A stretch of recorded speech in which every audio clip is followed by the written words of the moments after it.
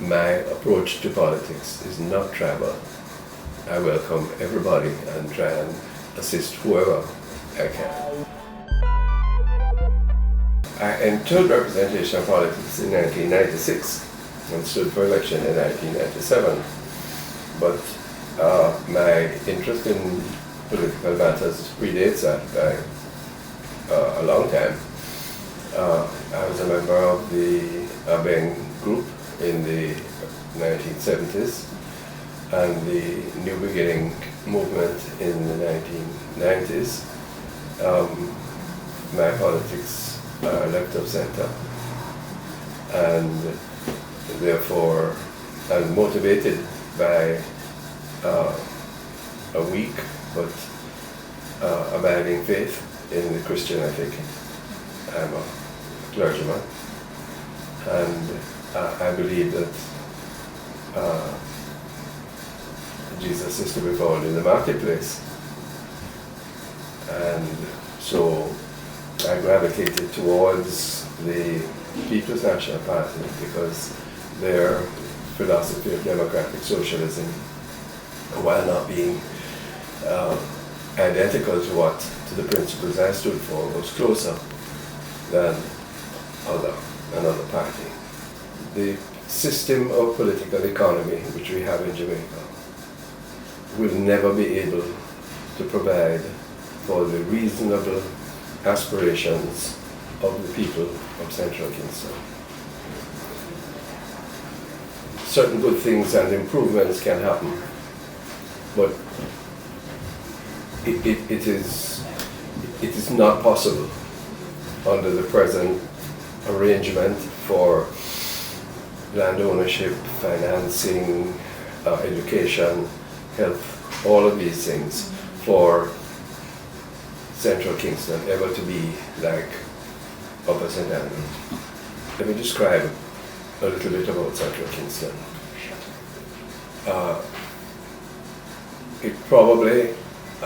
There's probably an unemployment rate of 60% or more.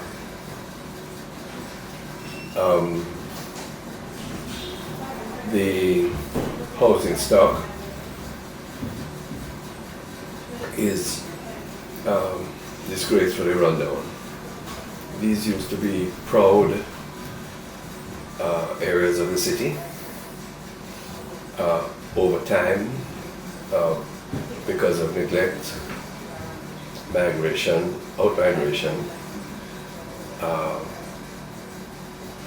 violence. You never can know whether violence is the cause of urban neglect or the effect of it. It's probably both. The standard of living of the majority of the people has declined. There is no middle class in Central Kingston. Middle class as we understand it. They are a gracious, forgiving, loving, fractious set of people.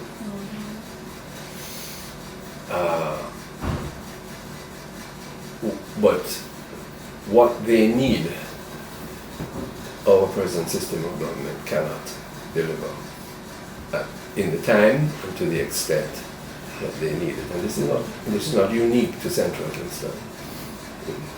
This is true of Jamaica. And you can react to that in two ways. You either say, well, that depresses me, there's nothing I can do. Or you go in and bat as hard as you can.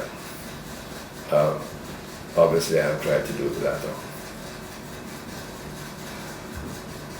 What are some of the successes you have experienced in the Central Kingston constituency?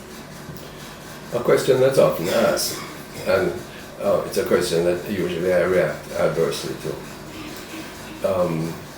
People have this notion of legend, that you should be able to point to your legacy, and usually that is conflated with some building with your name on it, or some road with your designation.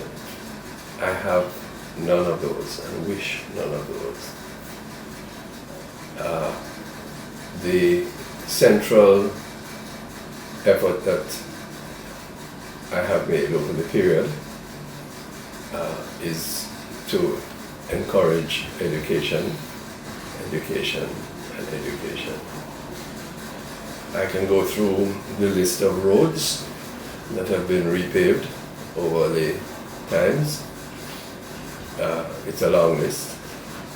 I can itemize to you the areas of education that have received most attention, but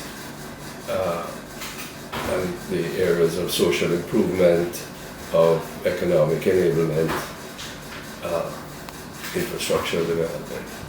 But the only way that the majority of people in this area are going to step up in their life is through education.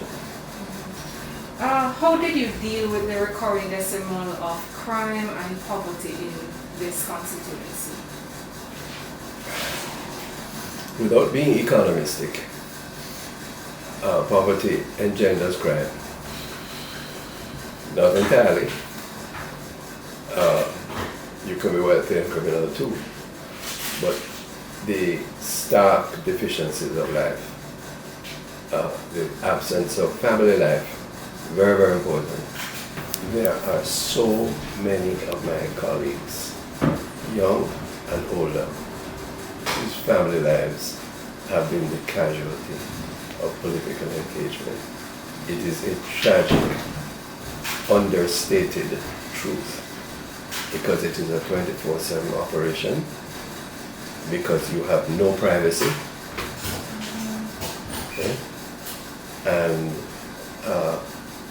you are constantly under scrutiny.